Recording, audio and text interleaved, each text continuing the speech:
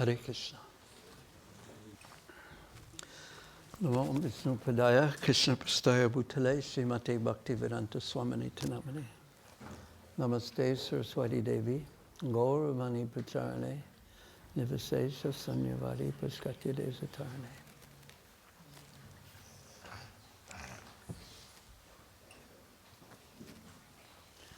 Om Ganataminandasya Jananjana Salakaya Saksusamilitanjena Tasmai Sri Gurave Namah. Sri Chaitanya Manubhistam Stapitam Jena Bhutale Sayam Rupakadamayam Dadati Sapadantikam Manchakopatubhyascha Kripasindhu Bhayibhacha Patitanam Prabhunebhyo Vaishnavebhyo Namo Namah. Hare Krishna. Thank you for all coming on this very rainy Wednesday night. Not easy, but because you have a desire to hear about Krishna, we shall speak something about Krishna. Now, the particular topic that I'm going to speak about is what? Excuse me? Someone said it, now the person got very shy. Adventures at Avantipura. Yes. So that's what we're not going to speak about. Maybe gradually we'll speak about that. Well, actually, it sort of depends, but we will get there. And the inspiration for that topic came with a visit to Ujjain temple. And there in Ujjain temple, Ujjain is also known as Avantipura. So Avantipura is the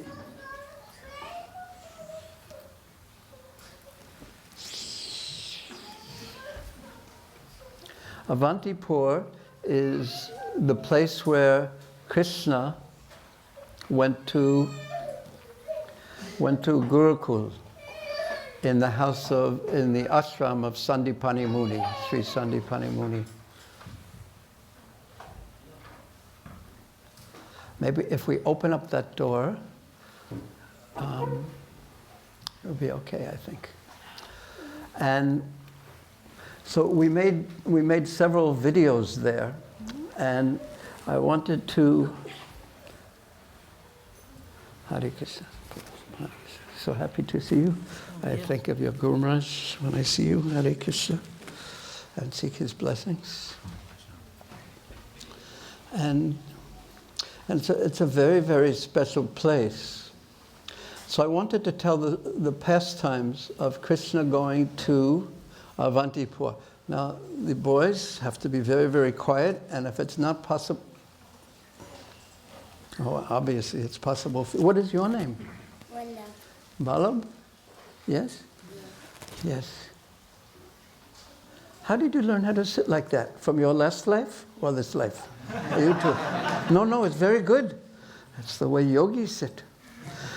But yogis have the ability to listen very carefully and not speak to the people next to them. Are you a real yogi? Will you be able to do that? Okay. And then I will tell you a story, a pastime of Krishna. Now, when I began to prepare for this, I thought it was going to be very simple because I know this pastime quite well. But then when I looked at it, I saw there are so many wonderful details leading up to this pastime. And it's so wonderful and it's so heart-touching. And it brings us so close to Krishna, the Supreme Personality of Godhead, that I thought I had to start a lot earlier than specifically Krishna entering the ashram of his teacher. Now, what was Krishna's teacher's name? Do you know? Bala? Do you know? Yes. Sandipani Muni. So we'll get to that later. But first, I would like to speak about something a little bit of philosophy, just a little bit of philosophy. And this philosophical point is that the knowing that Krishna is the Supreme Personality of Godhead is very, very special. When we think of the Param Ishvara, the Supreme Lord, different thoughts come into our mind. Now, one of those thoughts, naturally, is Param Ishvara. He's the Supreme Controller, the Supreme Creator, the All-Powerful. But the pastime that we're going to hear tonight, that point comes out, but a different aspect about Krishna comes out. And the aspect that comes out about Krishna is Krishna in relationship to his devotees of different qualities. And how ultimately Krishna is a person. Just try to understand what that means. He's a person. That means he has form, he has personality, he likes certain things. He doesn't like other things. But he especially, Atma Pajanta Vadanyata, he especially becomes inclined to his devotees. And those who love him the most are the residents of Vrindavan. And Krishna is especially inclined to the residents of Vrindavan.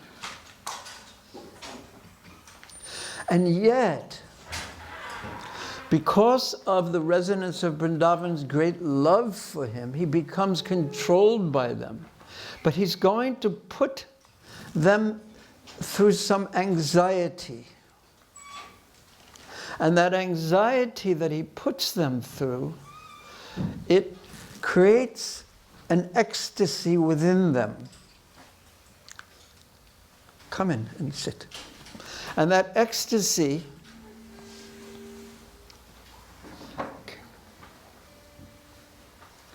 now we will greet them.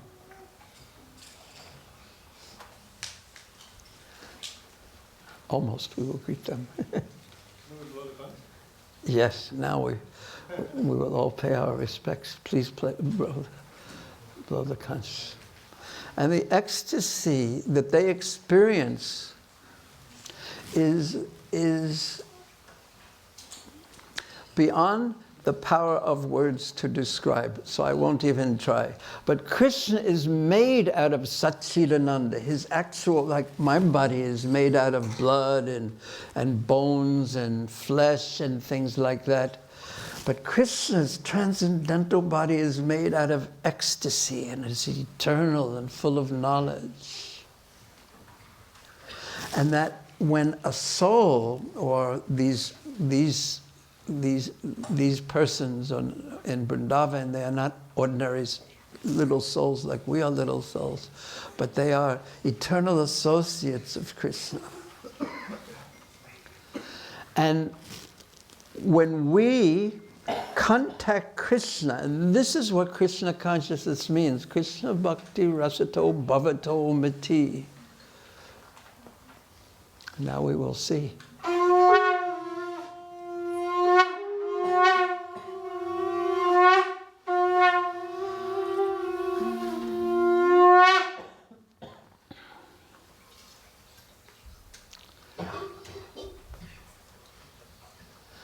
Sisi Gonatai ki jai, Sisi Radha Ballava ki jai, Sisi Jagannath Baladev Subhadra Devi ki jai.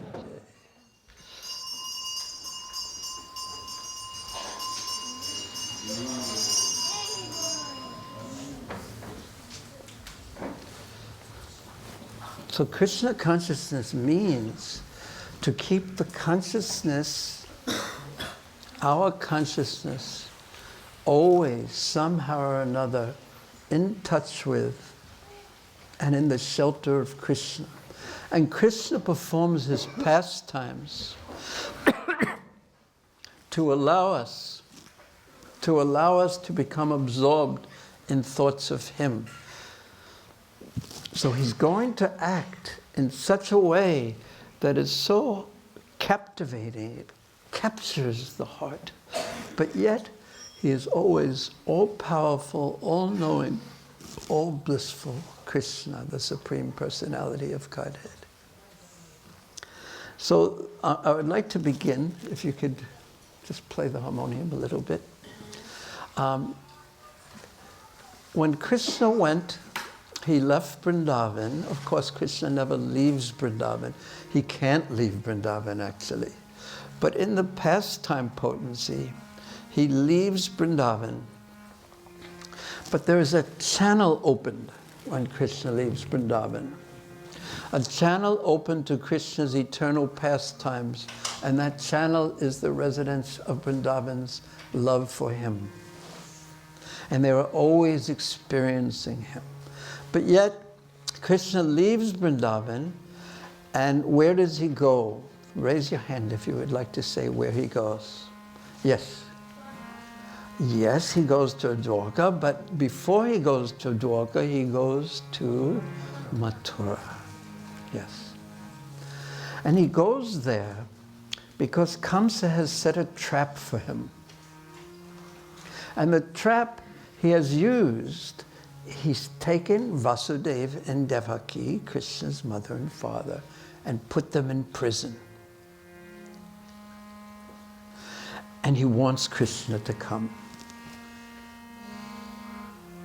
And when Krishna comes, his plan is to kill him.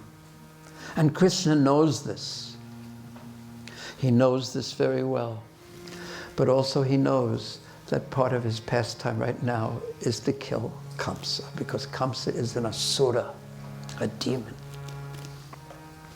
So Krishna gets to Mathura, and in Mathura, he stays with the cowherd men, Nanda Maharaj, and the other cowherd men, his uncles in the village relationship, and he stays there outside. They have their carts outside of Mathura. And then there is, in the 40th and 41st and 42nd chapter of the 10th canto, it describes Krishna's entrance into Mathura and then his return to the carts where he will spend the night. And then on the Chaturdasi, on the 14th day of the moon, the wrestling match is going to take place. Okay. And Krishna, and at the same time there's going to be a Dhanojagya, a worship of Lord Shiva's bow. And Krishna has broken that bow the night before. And the sound of that breaking bow the crack of that has entered Kamsa's heart. Because Parsuram, when giving Kamsa that bow, had told him, he who breaks that bow will be the cause of your death. So especially from that moment on, Kamsa was always thinking of Krishna while he was sleeping, while he was awake, while he was standing, while he was sitting and lying down. But he wasn't thinking of Krishna with love at all. He was thinking of Krishna in the fearful anxiety that Krishna was going to come and kill him. The next morning, Kamsa had laid his trap. And there was supposed to be a wrestling match. And Krishna was just a young boy at that time. Are you a young boy? And how old are you? I am 8. You're 8. Stand up, please, so everyone can see what an 8-year-old boy. Now, are there any mountain-like wrestlers here that we can put them? These ones were almost like this big. Not this big, but that big. And they were going to fight with Krishna. Now, I won't tell this part of the pastime in detail, but all the onlookers, when they saw Krishna was going to fight these mountain-like men with huge muscles, like this, something like Samasunda, those huge muscles.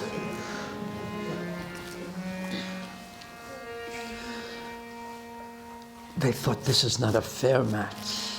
But yet, Krishna killed them all. Now, if I would, at another time, another day, we could tell this pastime, but I have to move through it a little bit quickly to get eventually to some of the other subjects we'd like to talk about. So Krishna killed the wrestlers, and everyone became joyous. And when Krishna killed the wrestlers, and then what was the name of one of the wrestlers? Always raise your hand out. What is the name of one of the wrestlers? Mustika. Chanor. You said Chanor? Yes.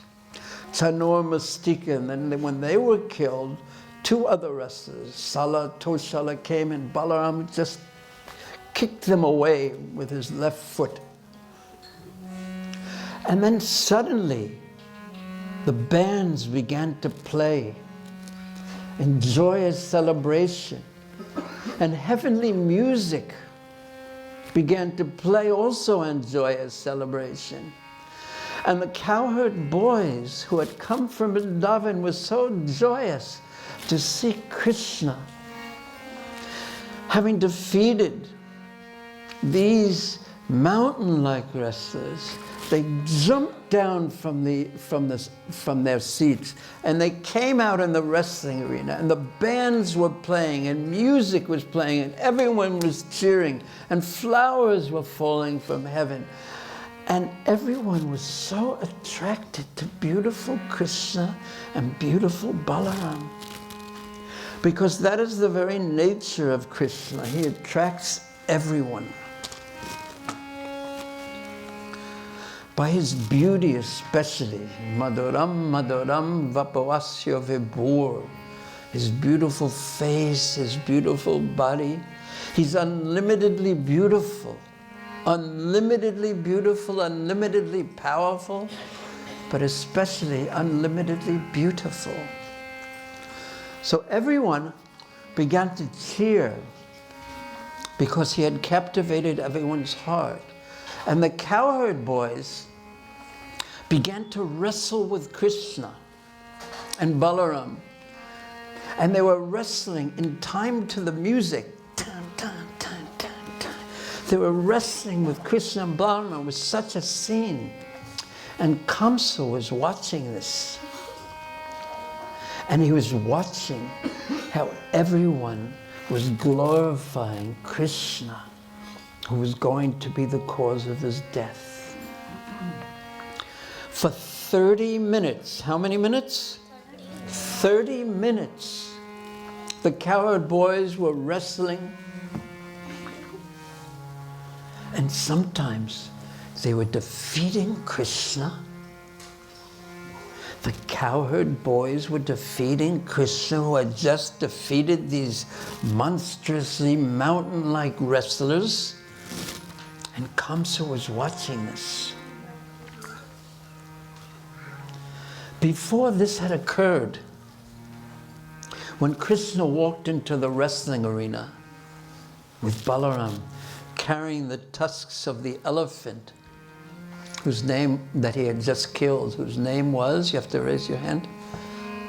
But sometimes we want to see some of the older boys and girls raise their hands also, because they know so many things. some of the older ones. Otherwise, I'll think you don't know the name of the giant elephant. You have to raise your hand. Yes, Mataji. Yes. So Krishna, thank you very much. You are very brave. So Krishna and Balaram entered the arena when Chinora and Mastika were challenging them. And Kamsa, seeing them, for the first time seeing Krishna, he said to his aide, his secretary, "Who are those two?" And his secretary turned to him and said, "They are the ones."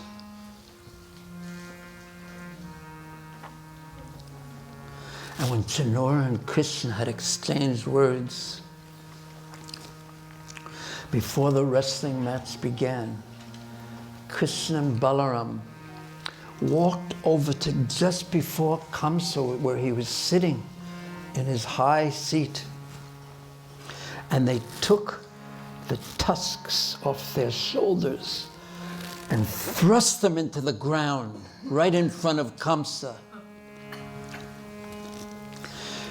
And they said, "Who is this Kamsa?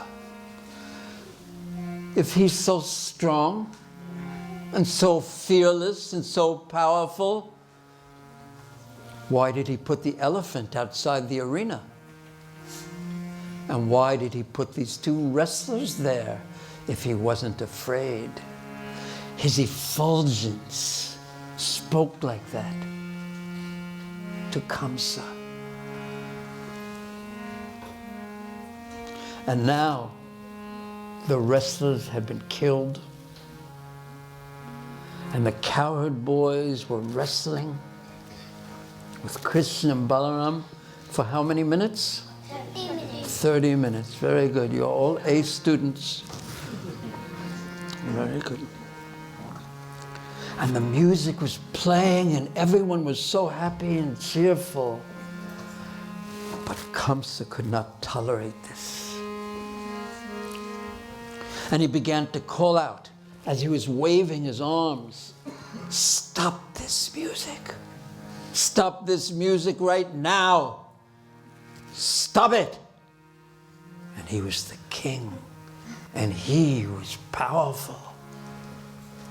And suddenly the music stopped, and there was silence. And there was silence. But no one dared laugh.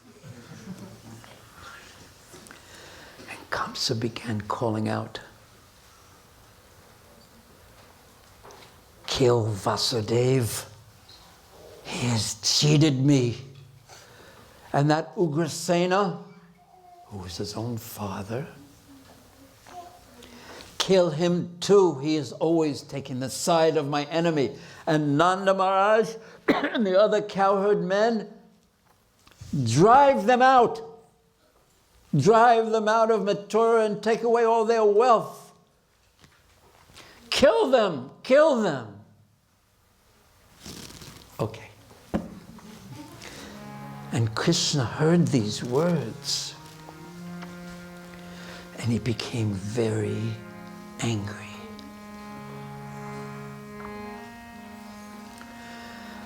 And like a hawk attacks a small pigeon, like a lion attacks an elephant, and like a thunderbolt strikes a mountain, Krishna jumped upon the dais where Kamsa sat.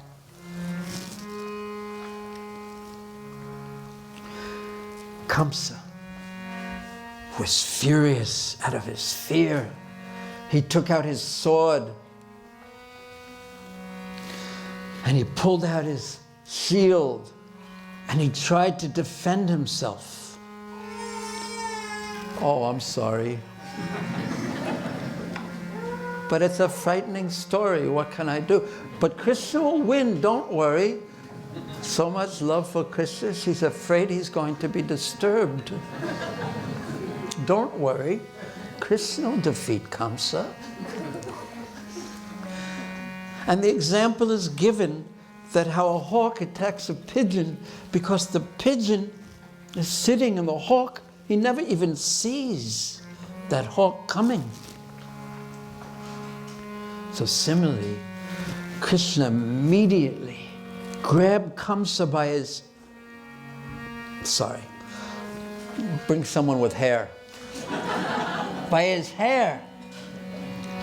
He grabbed him by his hair. And by his grabbing him, he took out 1/2 of his life's breath, his prana. And Kamsa fell down. And Krishna threw him off the dais. Now, different acharyas describe how Krishna killed Kamsa in different ways. Some say with the striking of his fists, Kamsa lost his life. Others say that Krishna assumed the weight of the universe. And when he threw Kamsa to the ground, he landed on Kamsa. And immediately, Kamsa was killed. Others say that he immediately pulled out all his life air and threw him down, and Kamsa was dead when he landed. And some acharyas say, because Krishna does everything so delicately, when he jumped from the dais, of course he didn't want to land on the hard ground, so he landed on the body of Kamsa. And Krishna was actually surprised that Kamsa had been killed so easily.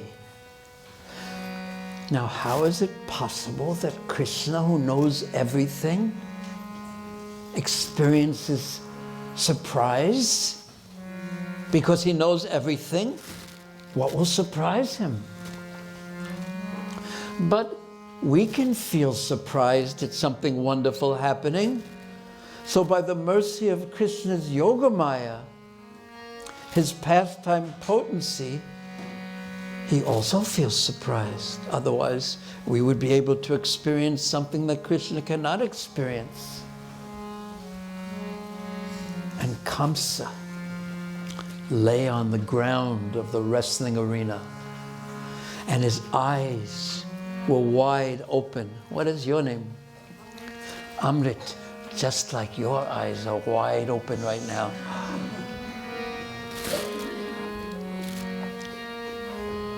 But there was not one sound from the wrestling arena, because His Holiness Radha Govinda Maharaj gives an example that once there was a Qazi who was very cruel, and he was in charge of a village. But he was so cruel. When his dog died, the Qazi said, "We will have a funeral for my dog." And everyone in the village attended. And then the Qazi died, and there was a funeral, and no one attended.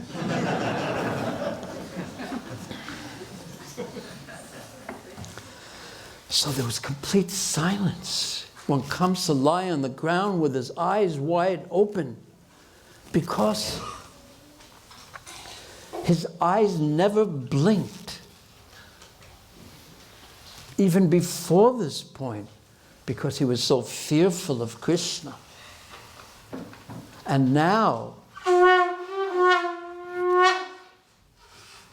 they weren't sure if he was actually dead or not.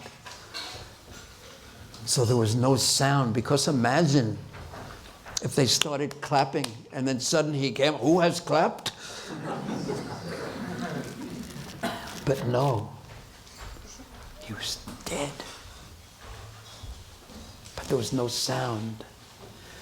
And then when Krishna began to drag the body of Kamsa around the wrestling arena just to show everyone that Kamsa was indeed dead, everyone began to cheer.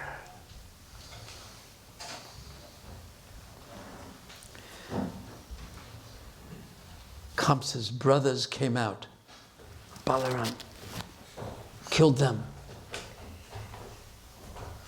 And then Krishna dragged the body of Kamsa, now you can play, to a place that was later named Vishram Ghat. Raise your hand if you've ever been to Vishram Ghat in Mathura. Because after he dragged the body there, and our acharyas say there's a canal there, a nadi there, still to this day. And he left Kamsa's dead body there with all the wrestlers, etc., and all his brothers. And then at Vishram Ghat, Krishna took some rest.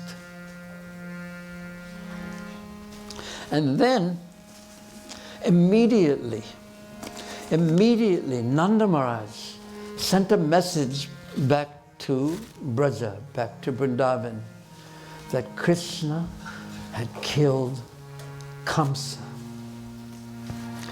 And then Kamsa's wives came.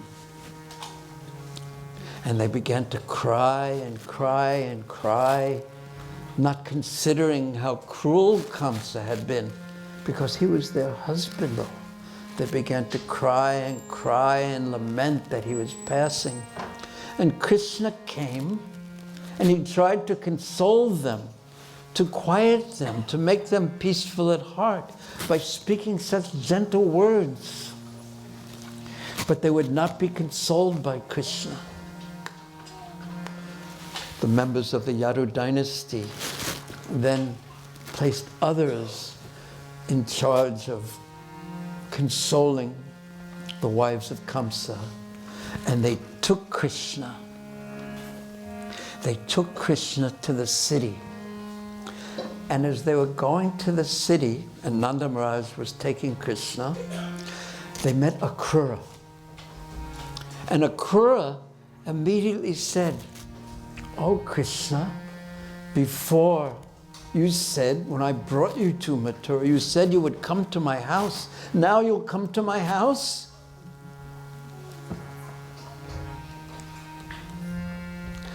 One time I was in Barshana, in a room filled with devotees for a kirtan. I was with His Holiness Lokanath Maharaj, and he walked from where he was sitting to the door, which was about that far away, and he got 7 invitations. "Please come to my house, please come to my house, please come to my house, please come to my house." And he just went.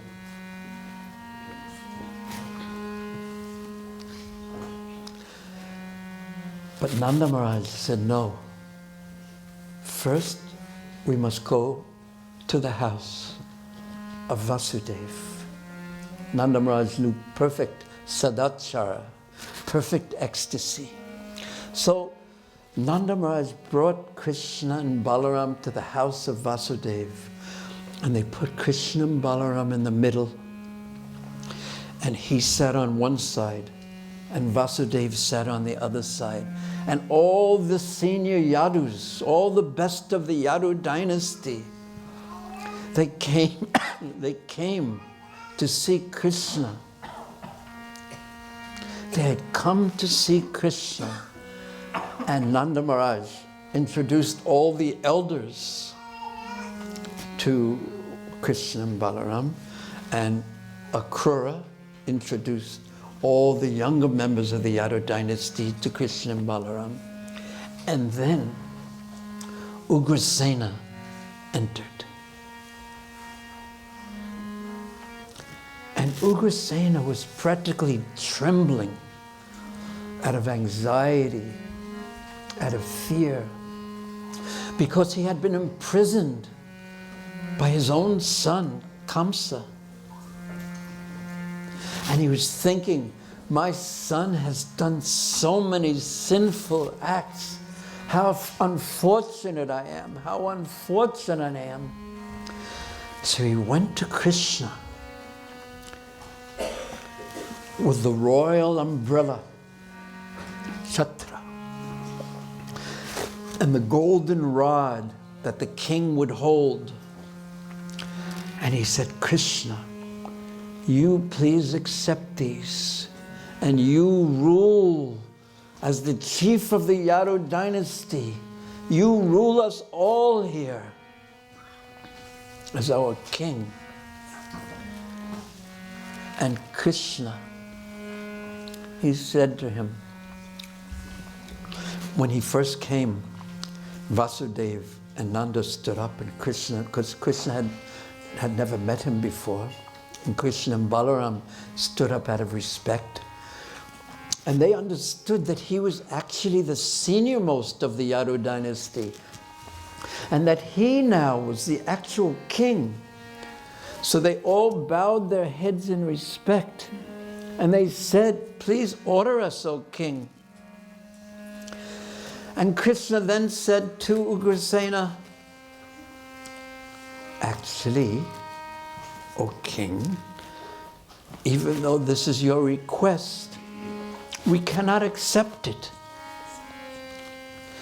Your son was so cruel, and people will think that I killed him so that I could become the king. And I will speak honestly. I want to return to Braja.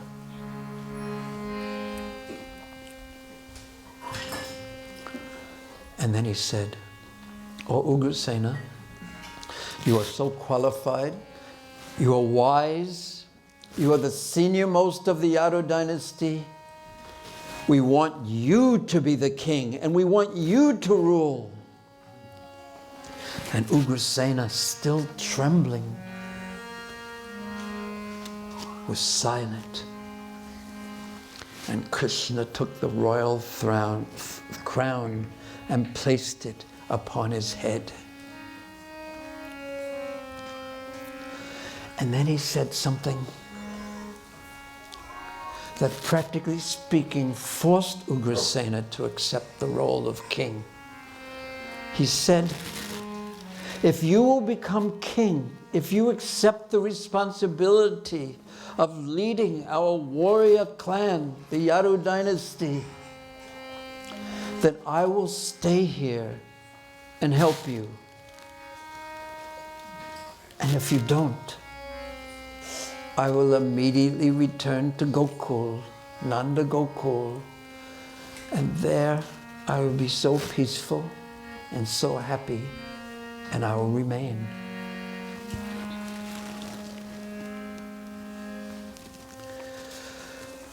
Ugrasena still didn't say anything. Krishna then began to give some orders. He said to Nanda and Vasudeva, please, you stay in your homes. Nanda, you can, my father, you can return to your place and take some rest. And Vasudeva, you have undergone such a great ordeal, you must be tired. So please go to your place and take rest. He said to Sridham, his dear friend, you please go with Nanda Maharaj. You follow after him. And you spend the night in the camp of the carts from Vrindavan outside of Mathura. And then he said to Ugrasena, Maharaj, you in front, we will now go to where Kamsa's body is, and we will perform the funeral ceremony for this great warrior who is your son. Krishna did that with Ugrasena in front. He performed the funeral ceremony for Kamsa, and then he rested for some time, and he returned with Balaram to Vasudeva's house. Now, Krishna very, very carefully and attentively offered his respectful obeisances to Vasudeva and Devaki. But at Krishna's birth, They had seen, first there was a four-arm form, and later that four-arm form was transferred into the two-arm form of Vasudeva Krishna. So they were filled with respect. And while Krishna was bowing down and touching their feet, they were confused in their ecstasy. They were stunned because on one hand, they were feeling love for him as their son, and the other hand, and they wanted to embrace him. And on the other hand, they felt completely respectful because he was they knew he was Lord Vishnu himself, Vasudeva Krishna Vishnu.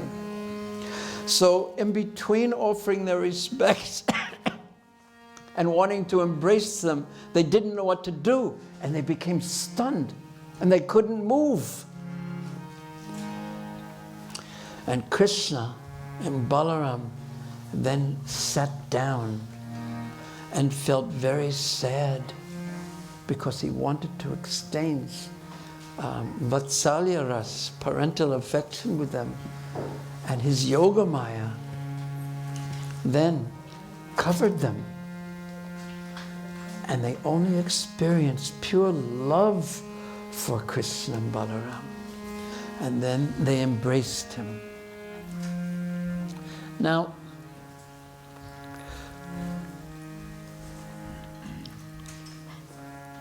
then Krishna took permission from Vasudeva, and he, along with Balaram and Uddhav, they again went to Ugrasena. And there he had to hear again Kamsa's wives crying and crying and crying, and this actually disturbed him. He took Ugrasena and he brought him to the assembly of Yadus and all their armies, and he convinced Ugrasena that he had to become the king, and he placed Ugrasena upon the throne.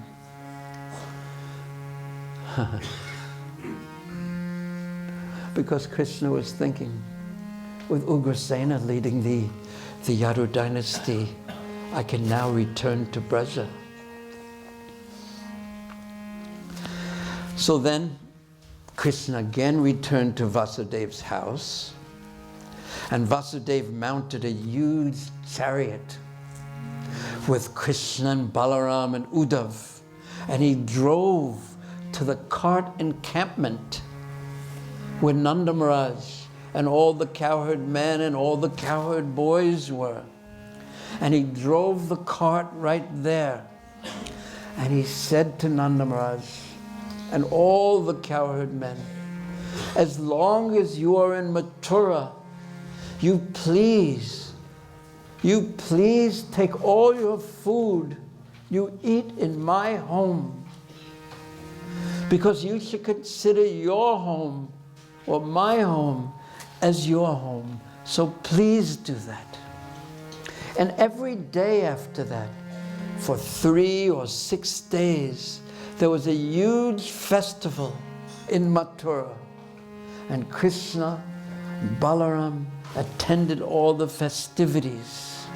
And in this way, Krishna called back all the members of the Yadu dynasty who had been hiding out of fear of Kamsa, and he unified them. It is actually said, our acharyas say, he wanted to make sure that there was no struggling for position, because that's the tendency. And Krishna does not like that. So he wanted everyone to be in the mood of servant.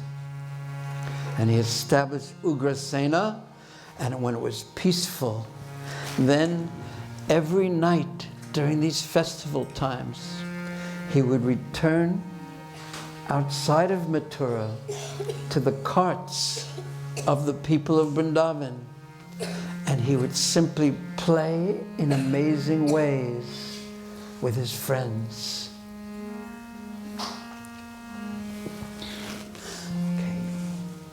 little kirtan.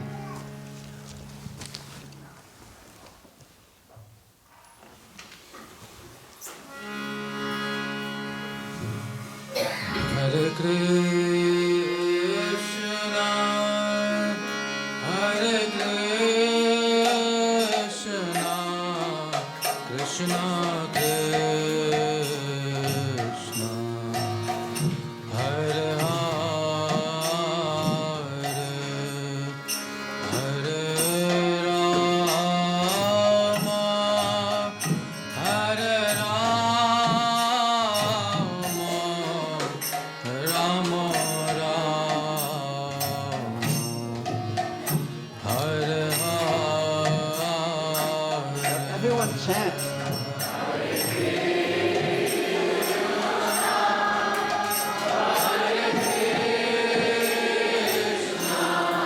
A little faster.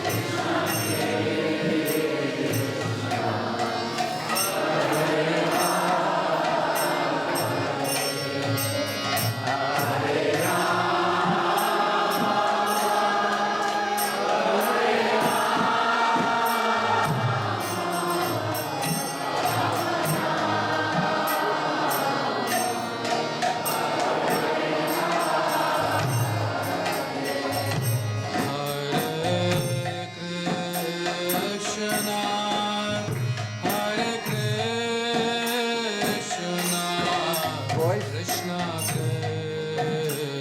Krishna, Sit properly. Hare Hare,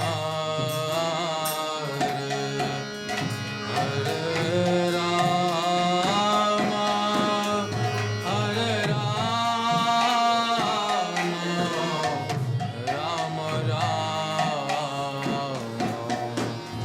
Hare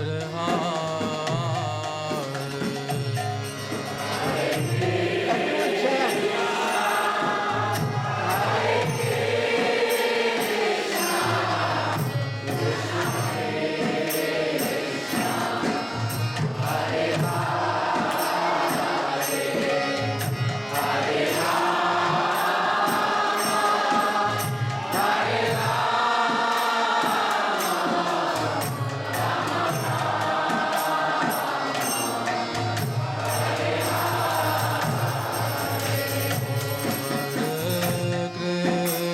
Krishna, Hare Krishna, Krishna Krishna,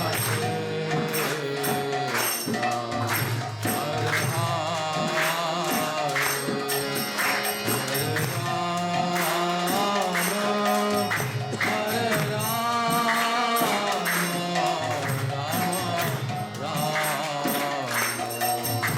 Hare, Everyone.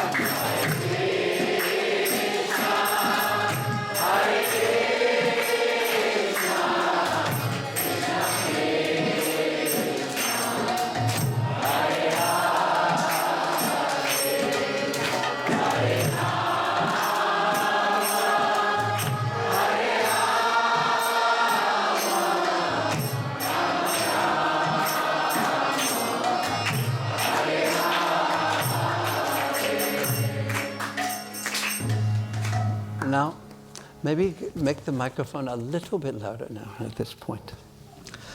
Now I will read some of this. Again and again, upon hearing the news that Krishna had killed Kamsa, and that Krishna had decided that the proper time to return to Braja had not yet come, even though Kamsa was dead, Krishna knew that he had to prevent people from thinking that they were great and others weren't as great as them. And he also had to reassemble all the Yadu dynasty. So the residents of Vrindavan, they began to understand that Krishna wasn't immediately returning. And Upananda, who was Nanda Maharaj's prime minister and elder brother, he had stayed behind Well, Nanda Maharaj had gone to Mathura. And at the same time, they were experiencing, he and the other Brijvasis,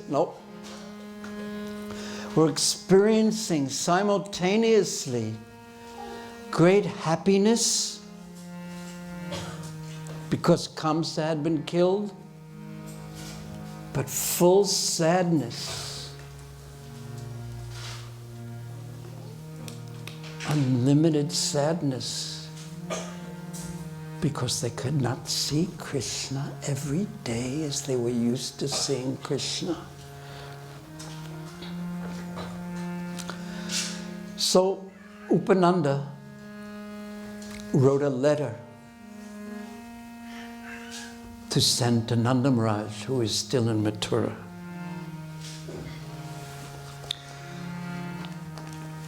I happen to have a copy of that letter. Would you like to hear it?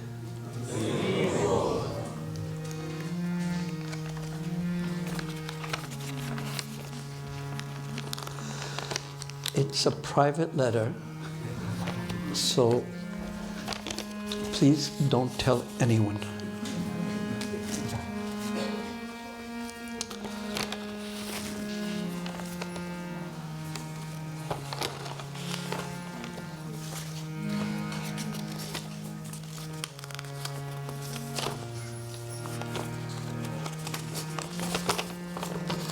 It is very short. From the moment of Krishna's departure, his mother Yashoda has not eaten anything. The Gopas and Gopis feel distressed. What more can I say? The people and cows in Braja, and even the animals, are all devastated. Again and again, they simply weep.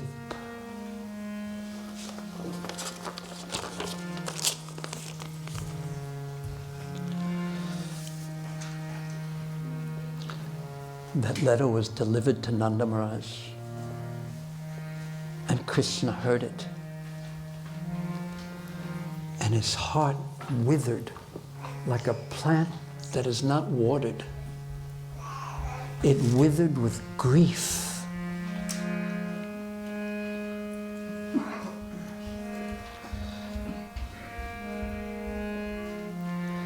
He immediately thought that he had to return to Braja.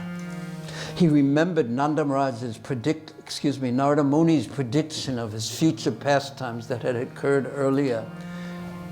And Krishna then again became resigned to staying away from Braja. But then he heard Upananda's letter, and he finally decided, I will return to Braja. I will return immediately to Braja.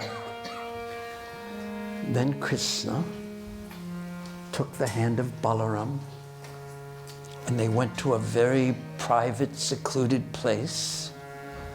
And Krishna said to Balaram, O noble thou, O brother, please help me. I must return to Braja.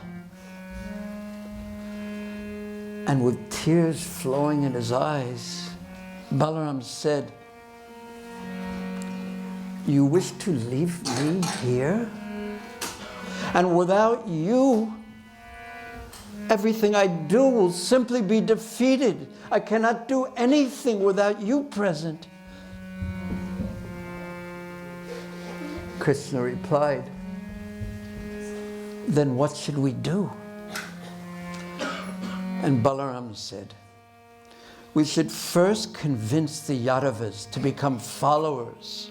All of them should become followers of King Ugrasena. Then we could return to Gokul. I was about to suggest this to you because I want to go back to Vrindavan. But without me saying anything, it is my good fortune that these words have come from your mouth. Then, accompanied by Balaram, Krishna went to the assembly of the Yadavas, an assembly that was effulgent and glorious. Vasudeva was not there. Approaching the assembly, approaching the throne of Ugrasena, Krishna humbly said, I wish to make a request. And everyone in the assembly immediately replied, you may command us in any way that you desire. And Krishna said, you have all returned to Mathura. You have come to your homes. And now, glorious King Ugrasena again sits on his effulgent throne. As before, he will bring a festival of happiness to you all. As I previously told you, ruling a kingdom does not appeal to me. I want to return to Vrindavan. And that is enough to make me happy. All the glorious members of the Yadu dynasty, they looked at each other. And one of the elders, Vikadru, who was very agitated to hear the words of Krishna, he said to Krishna, previously, there was only one Kamsa.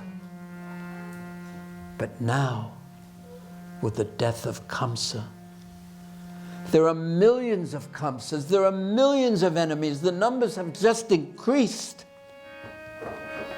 And they're all standing nearby, headed by Jarasandha. And they are ready to attack us. And you, O Krishna, our only protector, you must stay amongst us Yadavas. Either that, or give us a place that will be free from all anxiety and will be completely safe.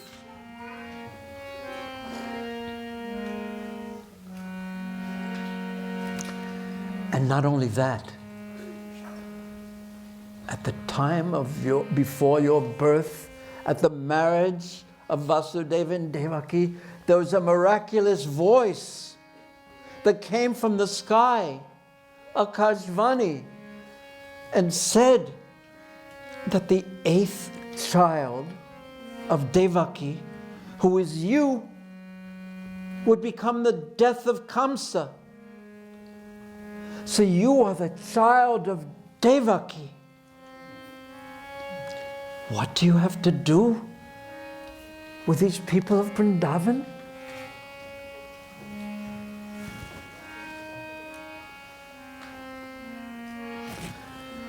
They are not in anxiety. Their life is so peaceful. You should be very benevolent and kind. It is like going to them is like preaching to a group of sadhus who don't need to be preached to. Here is where you are really needed. You should be kind to us, Krishna.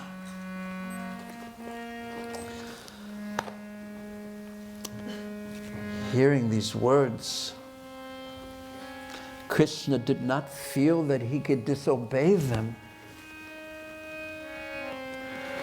And controlling his senses, but feeling so sorrowful and unhappy at heart, he approached Devaki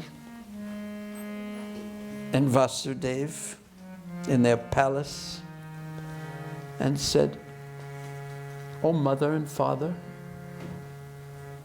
please hear our request." "Yes. What is your desire?" "We would like to visit the glorious people of Braja."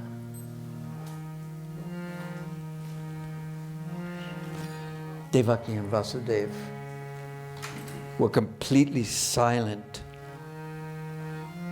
He had spoken these words before, at the time when he put the crown upon Ugrasena's head. And they understood Krishna's mind, that if he went back to Braja, he would be so captivated by the love of the residents of Vrindavan that he would forget all about Mathura. He would forget all about Devaki and Vasudeva and King Ugrasena. And after a long pause, when no words were exchanged, Vasudeva said, "You too are like our own life's breath. If we lose our ability to breathe, we have no life. And after so long, we have regained you. And now you will abandon us?"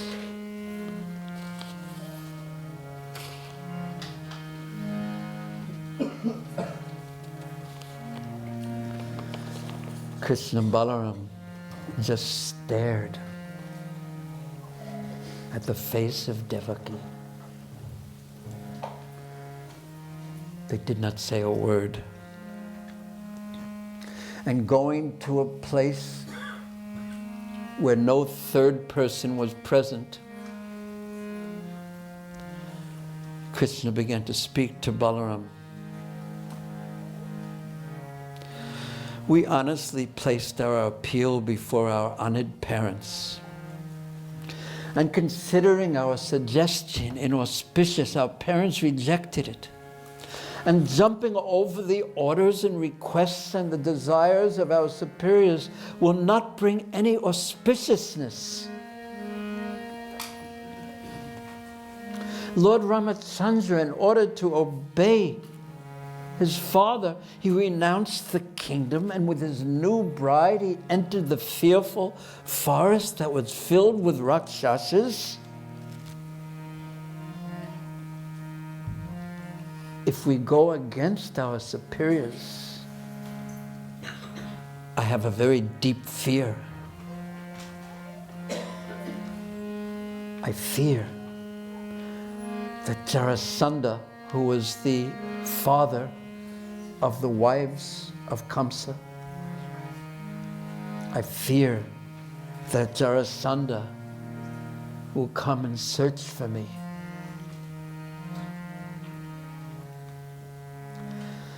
And if he doesn't find me in Mathura,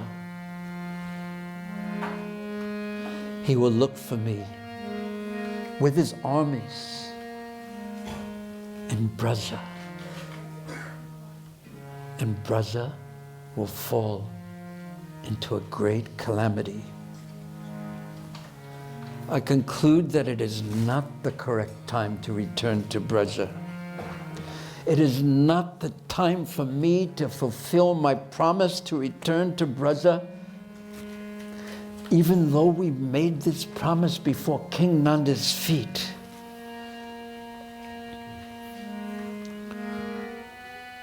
So after deciding in this way, Krishna and Balaram approached Braja's king, Nanda, in their carts outside the city of Mathura. And all of this is described in less detail in the 45th chapter of the 10th canto of the Bhagavatam. The second half of the chapter is devoted to Krishna's journey to Avantipura. But now they will speak to Nanda Maharaj. They offered their respectful obeisances.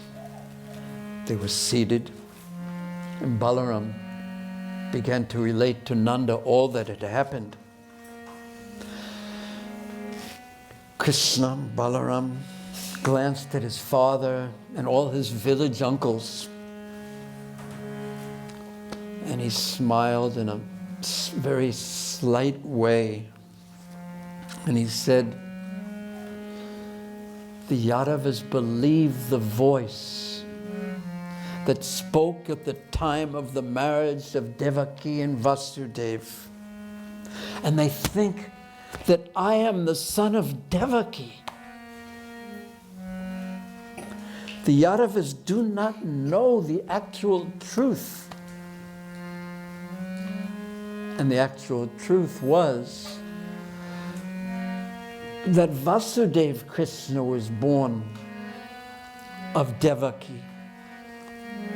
And Two-armed Krishna, the Krishna of Vrindavan, was born of Yashoda with his younger sister,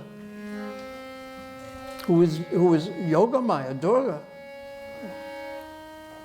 And then when when Vasudeva had brought four-armed Krishna and taken the girl child back to the prison who Kamsa tried to kill, that Vasudeva Krishna had entered into Two-armed Krishna. That means that Mother Yashoda had given birth to twins, a boy and a girl. So Krishna said, they think that I am the son of Devaki. They don't understand the actual meaning. And then he explained so many ways that this is confirmed in Shastra. And when Nanda heard this, he too smiled. And he said, so be it. You are the delight of all your parents. And all those who think of you as their son, they are so fortunate. And Vasudeva and I are none different. His wife and my wife are not different. Therefore, if the Yadavas say that you are their son, my dear Krishna, they are correct.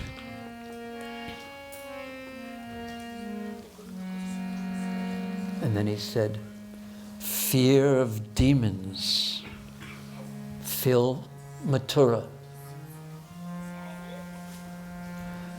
But now the flames of separation from you and fear of that will fill Braja. Oh, my son, these two fears pull me apart and fill me with sorrow. But so be it. You should give help to the Yadavas.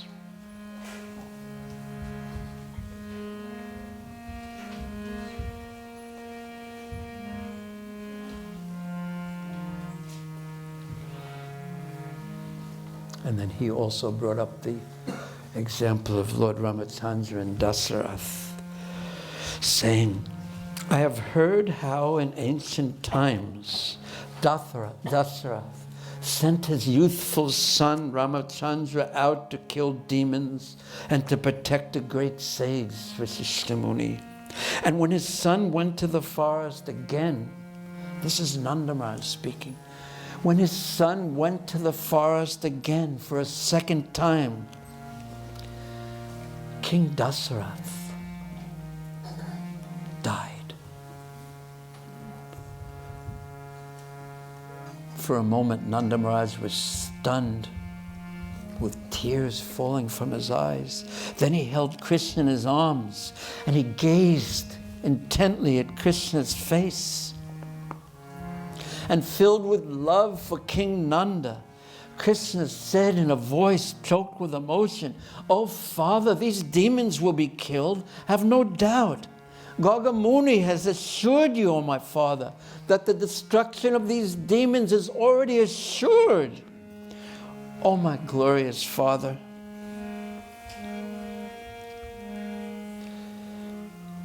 the pious credits that I earn from killing the demons, I will give to you. I will not give it to the Yadavas. The Yadavas are my friends, but the cowherd people of Braja are my true kinsmen. And there is a difference between friends and kinsmen. After Krishna spoke these words, Balaram paused to think and said, "What shall I say? You too, Nanda and Yashoda,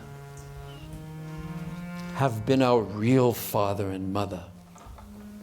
Because from our very birth and childhood, you raised us with such affection and love. Your affectionate love for us was more than anyone can offer to their own children," because then it was Balaram thought of himself as the son of Vasudeva. And Krishna said, "Yes, according to the rules of religion, you are the true father of Balaram and me. We both are your sons. Therefore, I say, you are actually our father and mother, because you raised us as your own children when we were just like orphans. For certain reasons, we were rejected by our father and mother, but it is you who have protected us. For us, Balaram and I," Krishna said, "service to your feet is our first duty. We will stay some time with the Yadavas, our friends, and give them some happiness, and then we will return to your glorious, auspicious feet." Nanda said, "O Krishna, who is graceful like a little calf,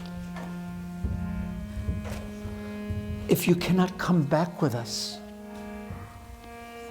we will stay here with you." Krishna said, "Yes, Father.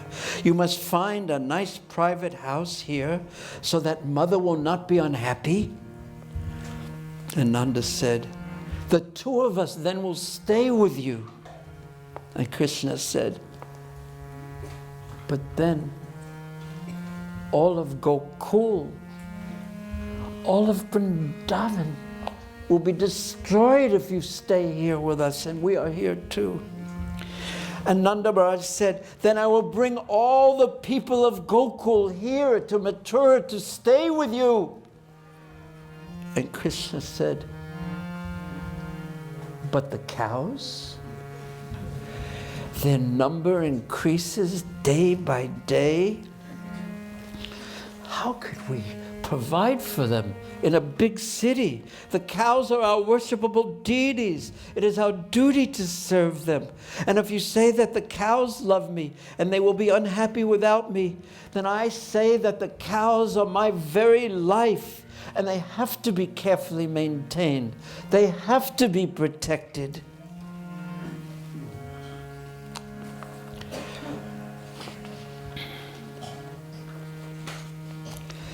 In his heart, Nanda Maharaj thought, what Krishna said is very logical.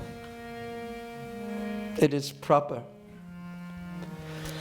But he struck his forehead with his hand and said, as tears glided down his face,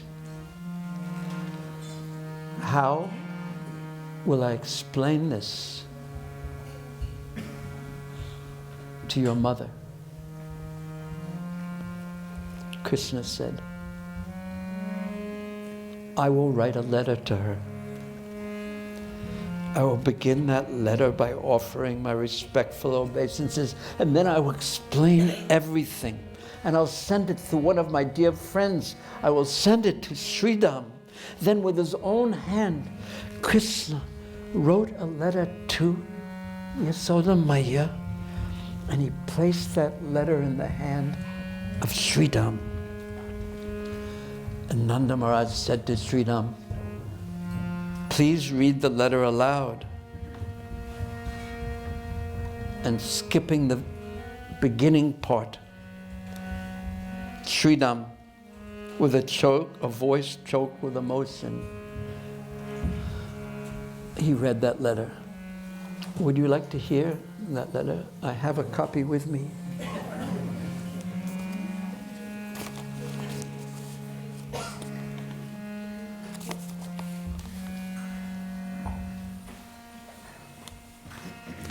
I may have left it home.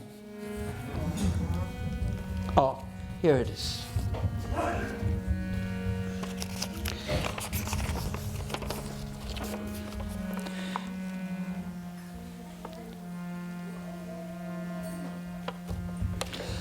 Krishna said, because I fear that many wicked men will bring calamities to Braja if I come there, I cannot openly come to Braja now. However, because of the great power that I have obtained by worshipping the feet of my father, Nanda Baba, every day I secretly come to Braja. Every day you see me with your two eyes. And I also see you with my two eyes. No third pair of eyes sees this. On the first day, you fed me Paramananda, sweet rice, Paramana. On the second day, you fed me chapatis and thick yogurt. On the next day, milk cakes. In this way, day after day, you gave me a great variety of delicious foods. And I personally came there and ate them all. Oh, Mother, what you saw was not a dream. Please try to understand. I came there in truth. Oh, Mother, from the moment I heard that you were no longer eating, I have not eaten anything either. Some people may see me eating, but still, I'm not eating. If I was still eating, then why are my life airs becoming dry and withered?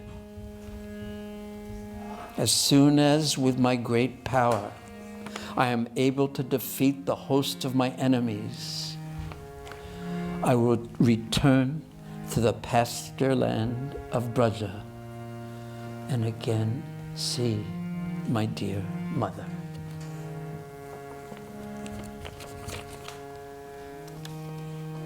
That was the letter.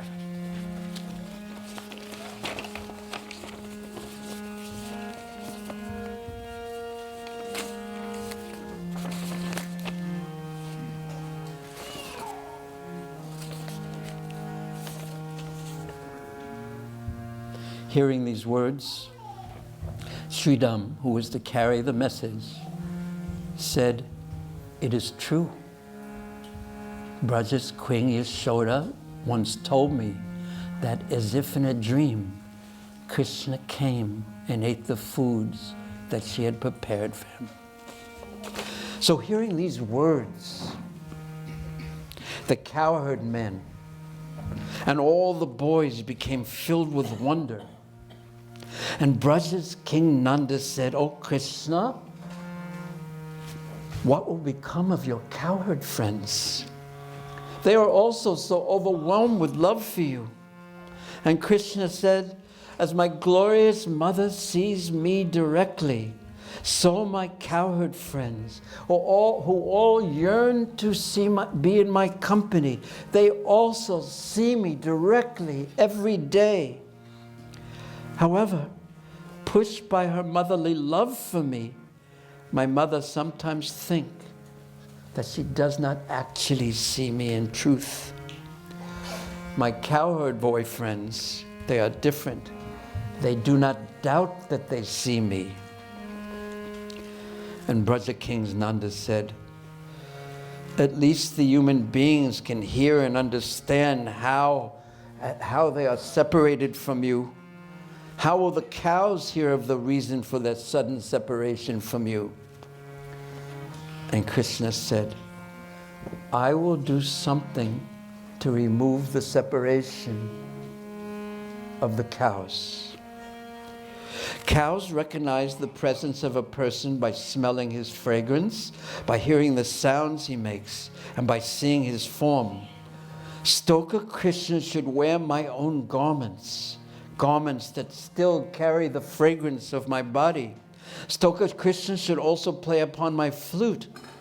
Subal should wear Balaram's garments and play upon Balaram's horn, buffalo horn. And dressed in this way, Stoka Krishna and Subal should stay amongst the cows. And in this way, the cows, the deers, the trees, and all the living entities in the forest of Vrindavan will think that Subal and Stoka Krishna are Balaram and I. And in this way, they will all become happy.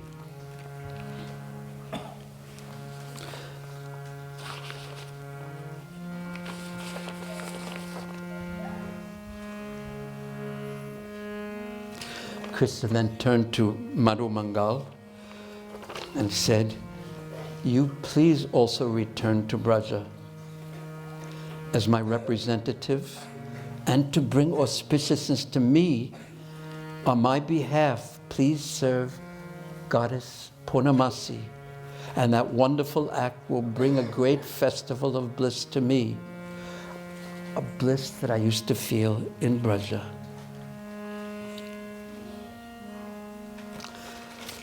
Okay, chant.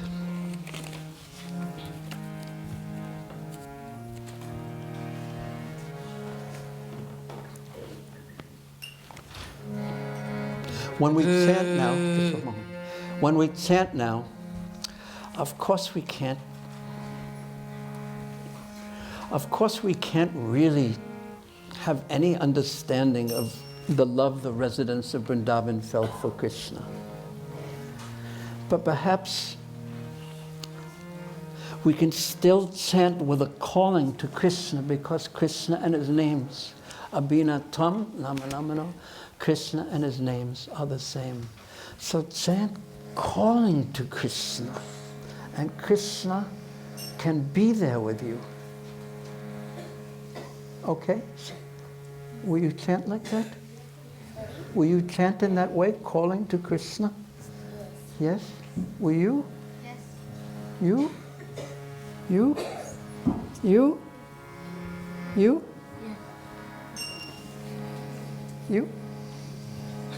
You? You? You? And you? Call to Krishna, and you too. You? And you? You didn't shake your head yes? Maybe I think no? Okay. And I will also try. Krishna, Hare Krishna, Krishna Krishna, Hare Hare, Hare Rama, Hare Rama, Rama Rama, Hare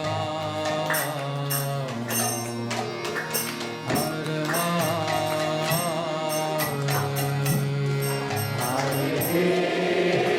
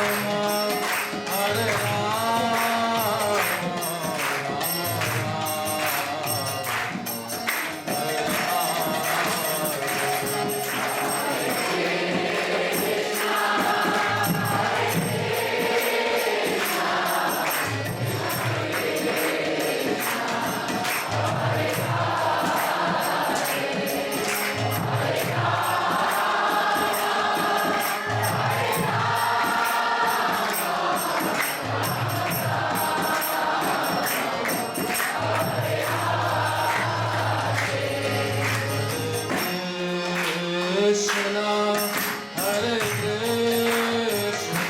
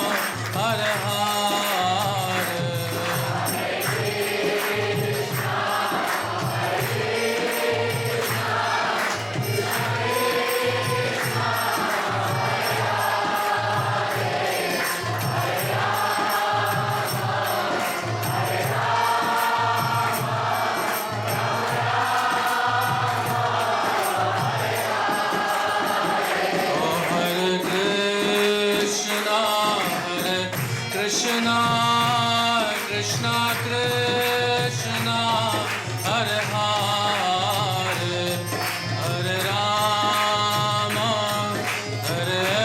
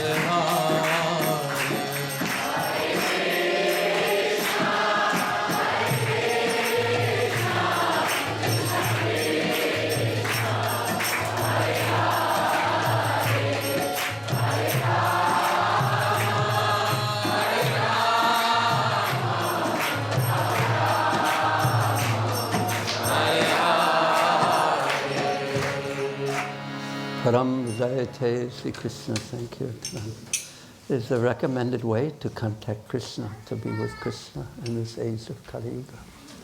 Now I'd like to end this pastime now, but what was the last thing you heard? Do you remember? Raise your hand though.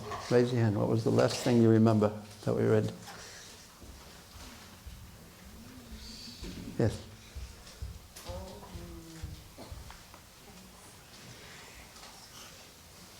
They were reading about letter. Yes. But after that, who really remembers? Yes.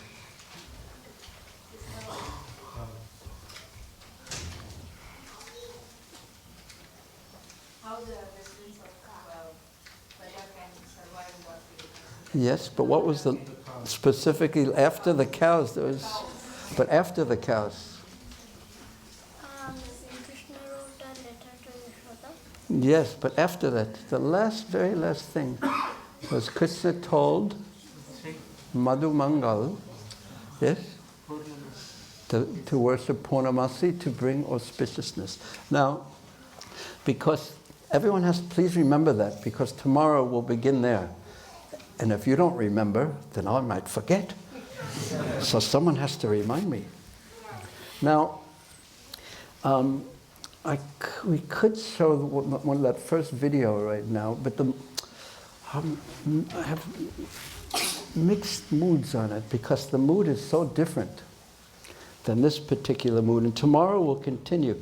Who won't be able to come tomorrow? No, I won't do it that way.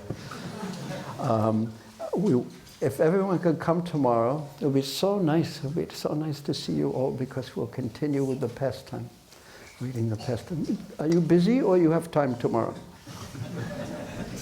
You have time to come? Okay, good. You too? You too? Okay, I hope. So everyone please come tomorrow. Now,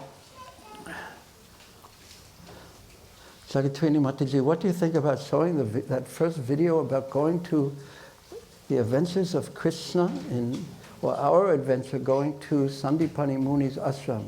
Do you think the mood is so different? It definitely is so different. We shouldn't show it. I'm sorry, we can't see it. When can we see it then? Tomorrow.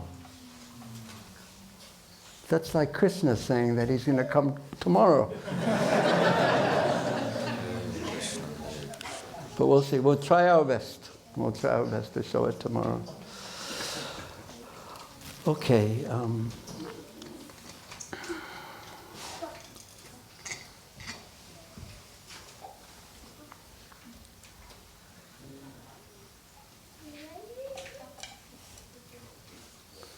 Just take a moment and pray to Sisi Radhaballabha, and they're going to be open in exactly 30 minutes. Pray to Radhaballabha and Sisi Gonitai and Jagannath Baladev Subhadra and Srila Prabhupada that your life can be aligned to your highest goal. We have so many goals in our life, but our highest goal should be to be able to serve Krishna. Is that your highest goal? To serve Krishna? Not yet? Okay. Trying. Yeah, but goal means you try. That's what you really want, because that will really bring you the satisfaction, the happiness that you long for, that you want. Yes? Where did you get such a nice smile? Where did you get it? The smile shop?